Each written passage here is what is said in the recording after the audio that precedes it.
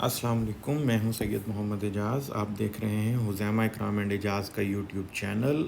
Tax in 10 minutes की एक नई एपिसोड के साथ हम लोग हाजिर हैं। आज का हमारा मौजू है चार्ज ऑफ टैक्स।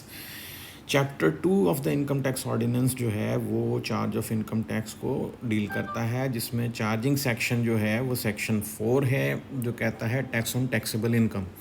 अगर आप देखें तो यहाँ पर सब्जेक्ट टू दिस ऑर्डिनेंस, जो कि एक सबसर्विएंट प्रोविजन है, जिसका मतलब है कि आपने टैक्स कैलकुलेट करते हुए पहले तमाम प्रोविजंस को सामने रखना है जो कि इस ऑर्डिनेंस में मौजूद हैं।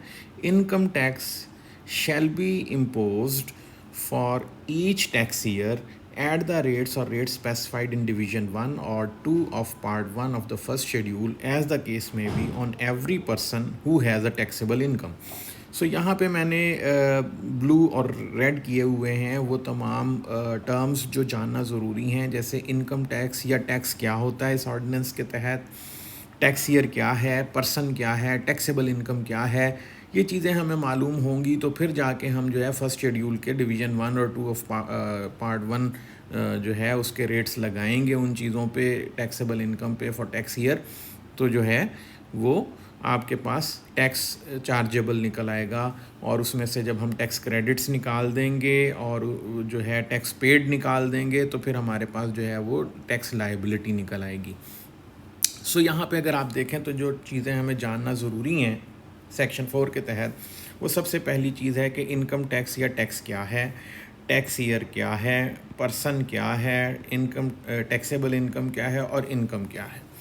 अब ये तमाम चीज़ें जो हैं ये सेक्शन 2 के अंदर डिफ़ाइन हुई हुई हैं। सेक्शन 2 के सब सेक्शन 63 में टैक्स डिफ़ाइन हुआ है।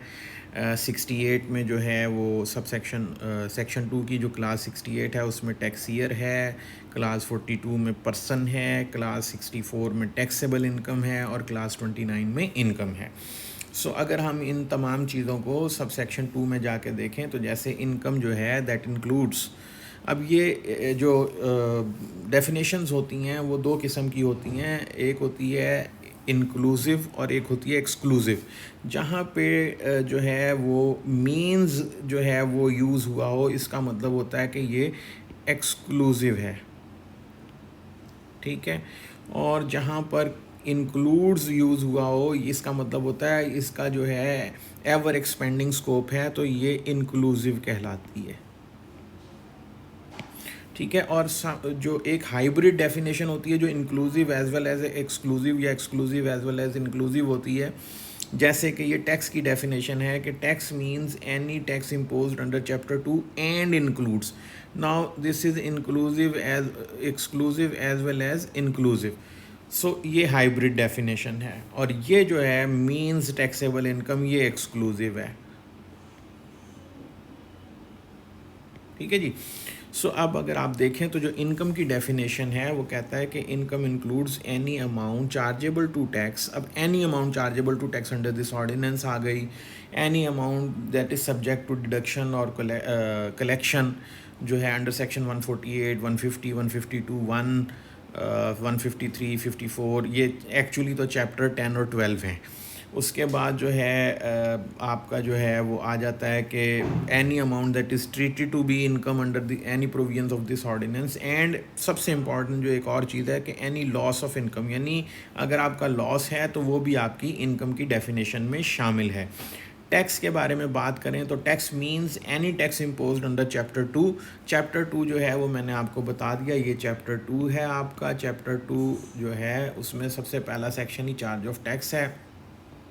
सो चैप्टर 2 में जो टैक्स इम्पोज किए जाएंगे वो आपके टैक्स हैं any penalty and includes any penalty, fee and और अदर फ़ी और अदर चार्ज और एनी सम और अमाउंट लेविएबल और पेएबल अंडर दिस ऑर्डिनेंस। तो कुछ भी जो है वो इस सेक्शन के तहत जो है वो अगर आपने चार्ज किया है, लेवी किया है, तो वो तमाम का तमाम जो है वो टैक्स की डेफिनेशन में शामिल होगा। अब आते हैं टैक्सेबल इनकम में। Taxable income means taxable income as defined in section 9। तो सेक्शन 9 को इसने रेफ़र कर दिया है, वहाँ जाके हमें देखना पड़ेगा टैक्सेबल इनकम क्या है। Person means a person as defined in section 80। Section 80 में जाके हमें देखना पड़ेगा कि जो है वो पर्सन क्या है। और tax year means the tax year as defined in subsection 1 of section 74 and in relation to a person includes special or transitional year that the person is permitted to use under section 74। यानी तीन किस्म की चीज़ें जो हैं वो आपके tax year में शामिल हैं। एक टैक्स ईयर है जो सेक्शन 74 सब 1 में डिफ़ाइन हुआ है, दूसरा जो है स्पेशल ईयर है और तीसरा ट्रांजिशनल ईयर है। अब ये क्या है, इसके लिए आपको सेक्शन 74 पढ़ना पड़ेगा। तो सबसे पहले हम जानते हैं कि जो हमारा टैक्स ईयर है वो क्या है। टैक्स ईयर जो है वो कि 12 महीने का पीरियड होता है जो कि 30 जून को ख़त्म होता है। सो अगर हम किसी भी चीज़ को जब 30 जून को ख़त्म हो रहा है तो ऑब्वियसली 12 महीने पूरे करने के लिए वो 1 जुलाई से शुरू हो रहा होगा। लाजमी बात है। फॉर एग्ज़ाम्पल अगर मैं कहूँ कि जी 1/7/2000 जो है 20 से अगर कोई चीज़ शुरू हो रही है तो ये 30 जून 2021 को ख़त्म होगी। सो ये 12 महीने का जो पीरियड है ये टैक्स ईयर कहलाएगा। और इसको डिनोट क्या किया जाता है कि ये जो 30/6 है, ये 30/6/2021 जिस कैलेंडर ईयर में फॉल कर रही है वो कैलेंडर ईयर ही आपका टैक्स ईयर होगा, उसी से आपको डिनोट किया जाएगा। फॉर एग्जांपल अभी 30/6/2021 जो है ये 1 जनवरी 2021 से लेके और 31/12/2021 तक वाले कैलेंडर ईयर में जो है 31/12/2021 तक वाले कैलेंडर ईयर में फॉल कर रही है। तो इसका जो टैक्स ईयर है वो फिर आपका 2021 होगा। ठीक है। तो इसके अलावा जो है वो बताते हैं, अगर इसका सबसेक्शन 2 देखें तो वो ये कहते हैं कि जो आपको अलाउ किया जा सकता है, कमिश्नर आपको अलाउ कर सकता है कि आप बोर्ड आपको अलाउ कर सकता है, बोर्ड क्लास ऑफ पर्सनस को कर सकता है और कमिश्नर किसी भी पर्सन को कर सकता है अगर वो कंपेलिंग रीज़न दे कि वो जो नॉर्मल टैक्स ईयर है, ये जो 30 जून को ख़त्म होता है इसे हम कहते हैं normal tax year. So normal tax year के अलावा अगर 12 महीने का कोई पीरियड आपको बोर्ड ने अलाउ किया हो या आपको कमिश्नर अलाउ करे तो उसको हम स्पेशल टैक्स ईयर कहते हैं। और जब आप नॉर्मल से स्पेशल टैक्स ईयर में जाते हैं तो इन दोनों पीरियड्स के दरमियान जो पीरियड है वो ट्रांजिशनल ईयर कहलाता है। कमिश्नर को आप कंपेलिंग रीज़न्स के साथ अप्लाई करेंगे। अगर कमिश्नर ये समझता है कि आपकी कंपेलिंग रीज़न्स हैं तो फिर उसके लिए जो है वो आपको अलाउ कर देगा। अगर वो नहीं समझता तो वो आपको डिसअलाउ कर देगा। अगर डिसअलाउ कर देता है तो आप फिर बोर्ड को जो है वो अपनी जो है वो ग्रीवेंसेस जो है बोर्ड के आगे असेल कर सकते हैं। बोर्ड के आगे जो है आप रिव्यू फाइल कर सकते हैं। और एक बात और जान लीजिए कि अगर आपको एक से ज़्यादा जो है वो स्पेशल ईयर अलाउ हुए हों और जो कि हो सकते हैं तो उसमें फिर ये होगा कि जो आपका सबसे एंड पे फॉल कर रहा है उसके हिसाब से आपका टैक्स ईयर निकाल के रिटर्न आपको एक ही फाइल करनी पड़ेगी, चाहे टैक्स ईयर आपके स्पेशल एक से ज़्यादा हों। तो अब हम बात कर रहे हैं कि अगर टैक्स ईयर 12 महीने का है स्पेशल टैक्स ईयर, तो अब फॉर एग्जांपल हमने कैलेंडर ईयर को as a special tax year banking के केस में होता है हमने ले लिया। अब इसमें अगर आप देखें तो ये 31 दिसंबर 2019 है जो कि नॉर्मल टैक्स ईयर अगर इसका देखें इसके कॉरस्पॉन्डिंग नॉर्मल टैक्स ईयर तो ये 31 दिसंबर का जो है 30/6/2020 को जाके ख़त्म होता है।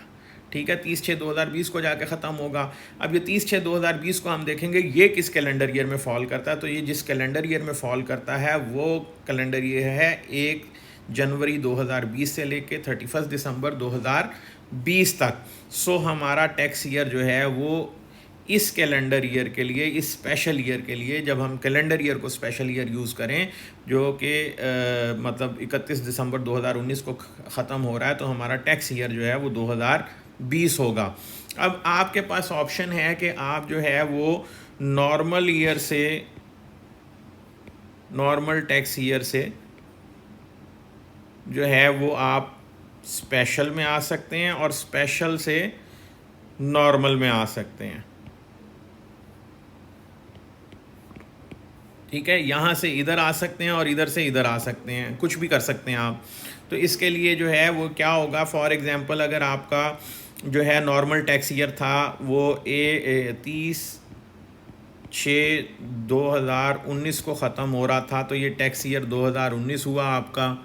तो अगर अब आप जो है वो टैक्स ईयर चेंज करना चाहते हैं और आप जो है वो 31/12/2020 में आना चाहते हैं तो फिर आपके इस पीरियड के दरमियान का जो पीरियड होगा, जो 6 महीने का पीरियड है, वो आपका जो है वो ट्रांजिशनल टैक्स ईयर कहलाएगा और ये एक स्पेशल टैक्स ईयर ट्रीट होगा। ये आपका टैक्स ईयर 2020 हो जाएगा।